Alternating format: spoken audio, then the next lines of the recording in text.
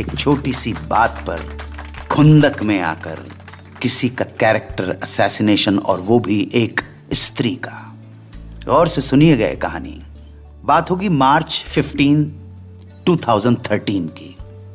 दीप्ति नवल और फारूक शेख की एक फिल्म का रीमेक बना। याद है ना आपको? फिल्म का नाम था चश्मे बद्दूर। रीमेक बना तो जाहिर है प्रेस वाले दीप्ति और फारूक से उस फिल्म के बारे में बात करना चाहते थे। एक जर्नलिस्ट है राजीव मसंद, तो इस जर्नलिस्ट को दीप्ति नवल ने इंटरव्यू के लिए अपने घर पर बुलाया और तय हुआ कि यहीं पर फारूक शेख भी आ जाएंगे।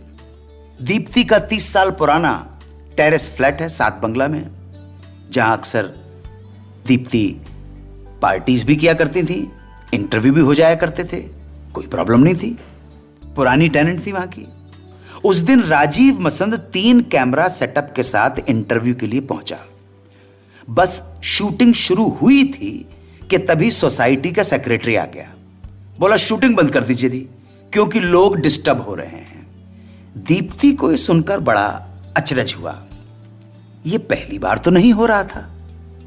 सेक्रेटरी को समझाया, बताया, लेकिन सेक्रेटरी अड़ गया, एक न सुनी, पुलिस बुलाने की धमकी देने लगा। फारूक शेख साहब ने बीच बचाव किया तो उनके साथ भी बदतमीजी के साथ बात करने लगा। दीप्ति के लिए एक मुश्किल खड़ी हो गई। मेहमानों के सामने अपमान हो रहा था। तो यह फैसला किया गया कि दीप्ति ये इंटरव्यू मड आइलैंड पर स्थित अपने दूसरे फ्लैट में कर लेंगी। खैर साहब, शिफ्ट करना पड़ा, शूट हो गया। 2 दिन बाद अचानक एक पत्रकार का फोन आया। इस पत्रकार को, जर्नलिस्ट को, दीप्ति नवल पहले से जानती थी।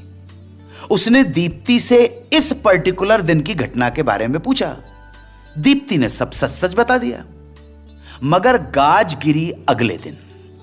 अगले दिन मुंबई के एक फेमस न्यूज़पेपर में छपा, I am not running a prostitution racket, Deepti Naval. सब चौंक गए, दीप्ति के होश उड़ गए। यार ये क्या चक्कर है? ये रैकेट वैकेट कहां से आ गया? उसने तो ऐसा कुछ कहा ही नहीं था। ये प्रोस्टिट्यूशन रैकेट का उस दिन की घटना से कोई लेना देना था ही नहीं, ना कोई बयान, ना कोई वक्तव्य। एक ने लिखा तो अगले दिन से सब मिर्च मसाला लगाकर इस खबर को छापने लगे। किसी ने तो यहां तक लिख दिया कि पैसों और काम की तंगी की वजह से दीप्ति नवल प्रोस्टिट्यूशन रैकेट चला रही है। दरअसल उस दिन के हंगामे की वजह से यह षड्यंत्र रचा गया था।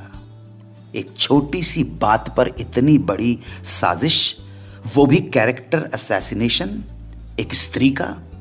झूठा इल्जाम, मिथ्या वचन, ये थी मेंटालिटी गंदे लोगों की। तीर कमान से निकल गया। दीप्ति नवल किस किस को सफाई देती। दीप्ति नवल ने डेफेमेशन का केस तो कर दिया, लेकिन इस दौरान जो मेंटल टॉर्चर झेला उसकी किसी ने रेमेडी की। मगर सच्चाई छुप नहीं सकती। सच्चाई सामने आई और सब लोगों को पता पड़ गया कि किसी मानसिक रूप से भ्रष्ट व्यक्ति ने एक औरत को बदनाम करने के लिए यह घृणित इल्जाम लगाया था।